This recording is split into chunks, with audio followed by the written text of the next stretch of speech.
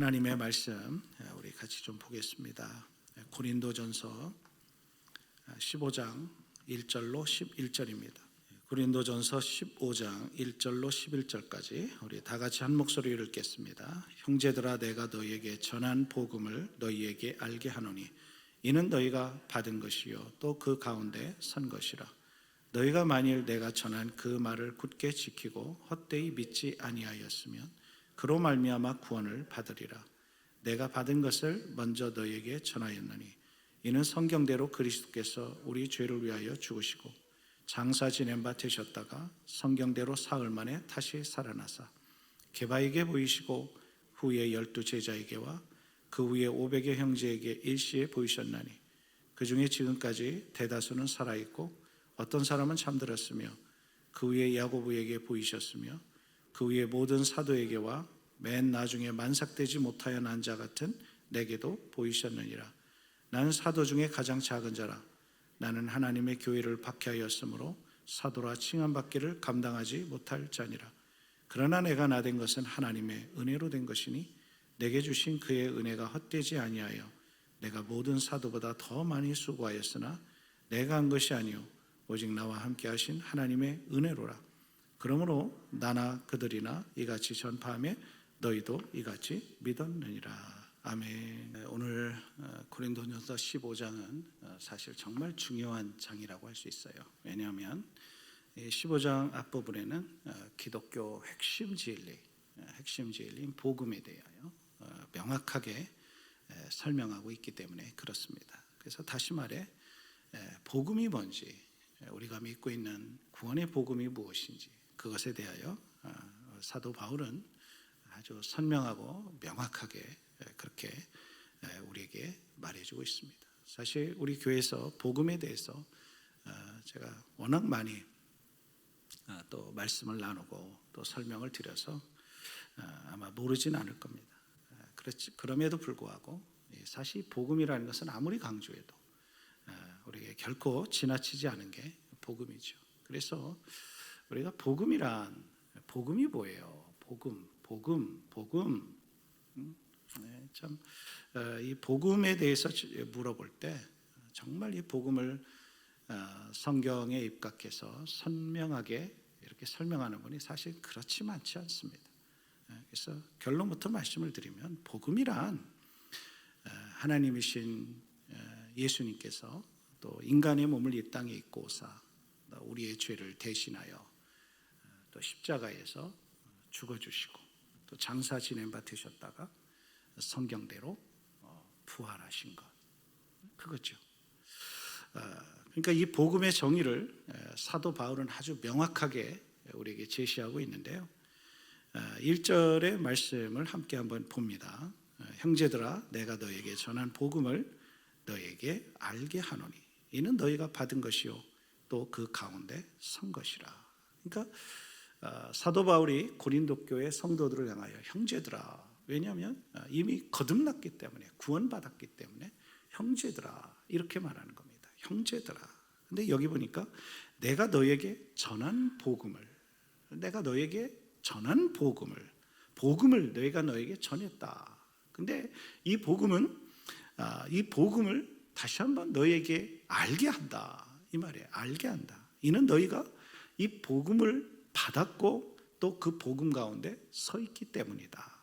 지금 이 이야기를 하고 있는 겁니다. 그래서 고린도전서 15장은 사도 바울이 고린도 교회 성도들에게 내가 너희로 하여금 복음을 다시 알게 하겠다. 이 복음이 무엇인지 다시 한번 알게 하겠다. 그러면서 이 복음에 대해서 쭉 설명하는 겁니다. 2절에 보면 너희가 만일 내가 전한 그 말을 굳게 지키고 헛되이 믿지 아니하였으면 그로 말미암아 구원을 받으리라. 그러니까 내가 너에게 전한 그 복음, 너희가 지금 믿고 있는 이 복음 가운데 굳게 서 있다면 너희는 이 복음으로 말미암아 구원을 받으리라. 지금 이야기하는 거예요. 그러면서 3절, 4절에는 복음은 이런 것이다. 이게 선명하게 말하고 있습니다. 이게 사실 우리가 복음에 대해서 잘 몰라도 3절, 4절만 우리가 정확하게 알고 있으면 우리는 복음을 선명하게 누구에게든지 만날 수 있으면 전할 수 있다는 거예요. 그래서 3절 4절은 복음이란 이런 것이다. 그거를 다시 한번 고린도 교회 성도들에게 상기시키고 있는 겁니다. 자, 먼저 3절을 같이 한번 읽어봅니다. 시작. 내가 받은 것을 먼저 너희에게 전하였노니 이는 성경대로 그리스도께서 우리 죄를 위하여 죽으시고, 예, 그렇죠. 내가 받은 복음을 먼저 너희에게 전했다. 내가 받은 복음.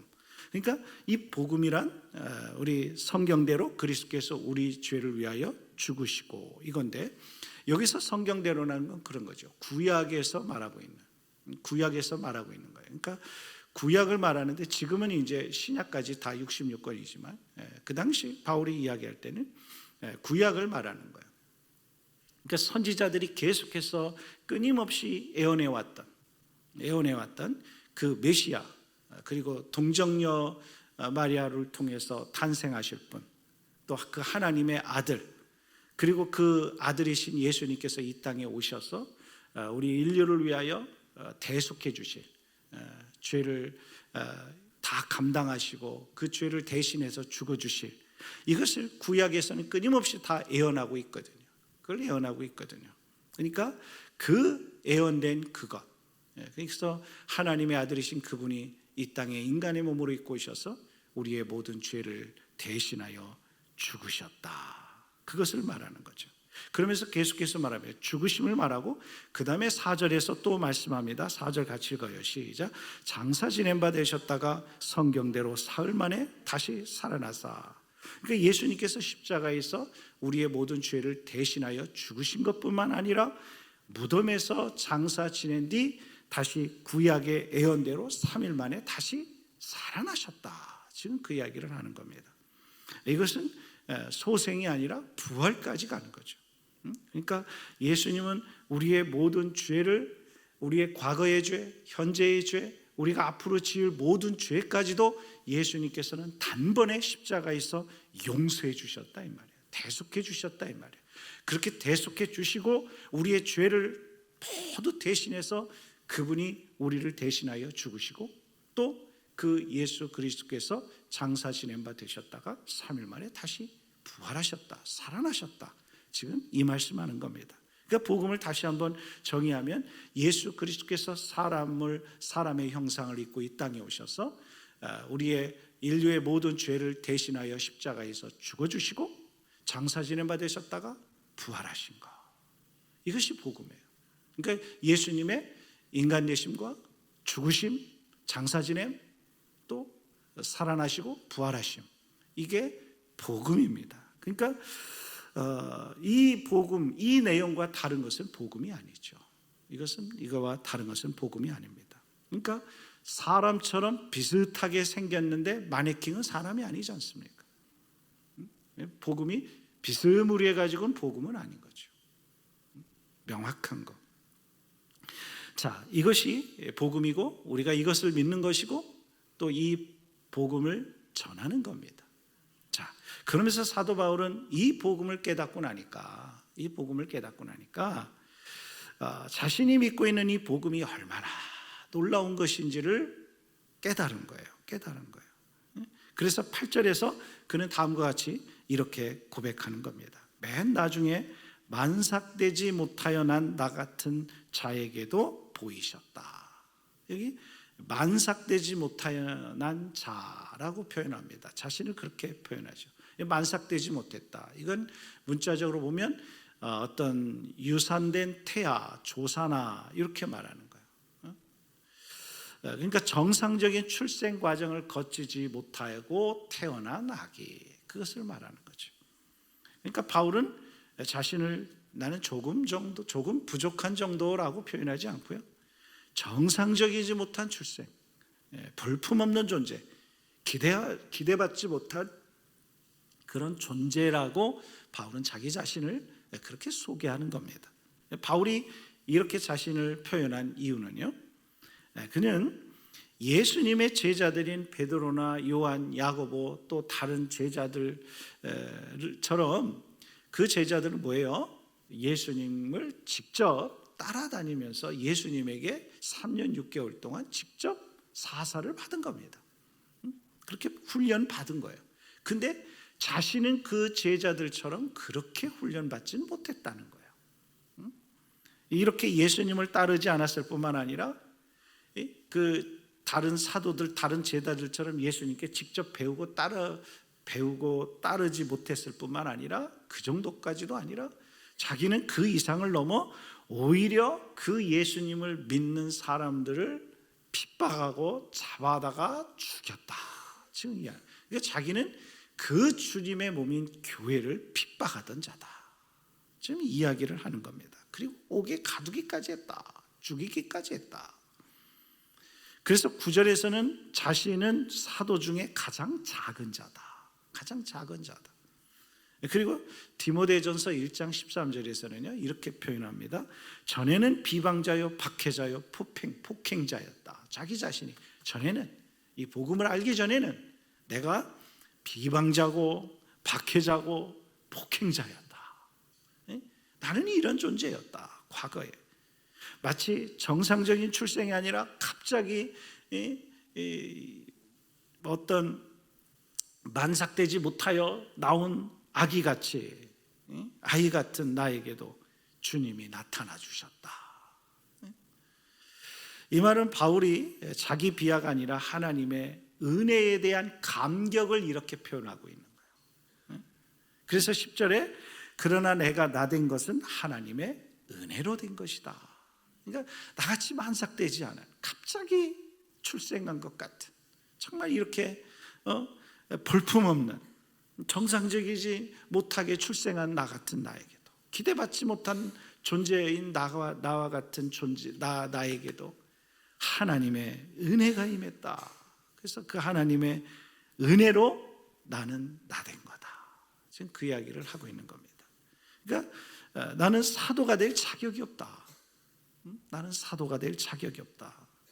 그리고 나는 교회를 핍박하던 사람이었다.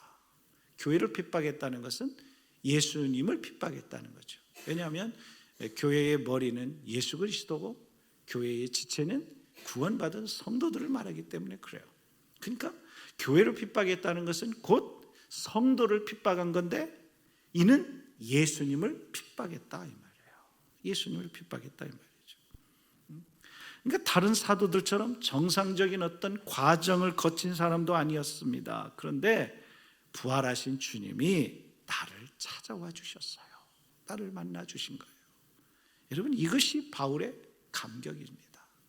나는 정말 보잘것없는 존재인데 나는 죄인이고 정말 내세울 만한 의로움이라고는 하나도 없는 나를 우리 주님이 나에게 찾아와 주셨습니다. 이런 고백이죠. 이런 고백이죠. 우리는 때로 너무 늦었다고 생각하고 자격이 없다고 생각하고 때로는 실패한 인생이라는 그런 생각이 들 때가 있지요. 그러나 하나님은 어떤 정상적인 과정, 엘리트 코스의 과정만 거친 사람만 사랑하시고 사용하시는 분이 아닙니다. 바울처럼 은혜로 붙드신 사람을 통해 하나님은 더 큰 일을 행하시는 거죠. 은혜로 붙들린 사람을 통해서. 그러므로 바울의 고백이 오늘 저와 여러분의 고백이 될 수 있기를 축복합니다. 맨 나중에 만삭되지 못하여 난 자 같은 내게도 보이셨느니라. 아무런 자격 없는 저와 여러분을 예수 믿도록 은혜를 주시고 그래서 하나님의 자녀가 되게 하신 이 놀라운 은혜, 이 놀라운 복음을 믿을 수 있도록 성령께서 은혜를 주시고 더 믿을 수 있는 그래서 구원받은 하나님의 자녀로 살아갈 수 있는 이 은혜, 이 구원의 복음의 은혜, 이 복음의 은혜에 오늘도 감사하시고 이 복음을 같이 나눌 수 있는 저와 여러분 되시기를 축원합니다. 우리 같이 한번 기도하겠습니다. 하나님 아버지 그렇습니다. 이 놀라운 복음의 은혜, 하나님이신 그분이 이 땅에 오셔서 내 모든 죄를 대속해 주시고 또 우리의 모든 질병과 저주까지도 한 번에 다 용납해 주신 그 주님의 놀라운 은혜를 감사합니다. 하나님이 복음의 은혜에 오늘도 감사함으로 사는 우리 사랑하는 주의 백성들이 되게 하여 주시옵소서. 그리고 이 복음을 우리 주님 오시는 그날까지 계속해서 같이 전하고 나누는 우리 모두가 되게 하여 주시옵소서. 지금은 우리 주 예수 그리스도의 은혜와 하나님 아버지의 그 크신 사랑하심과 성령 하나님의 감화 감동 내주 교통하여 주심이 오늘도 우리 사랑하는 성도들 가운데 함께해 주시기를 간절히 축원하옵나이다. 아멘.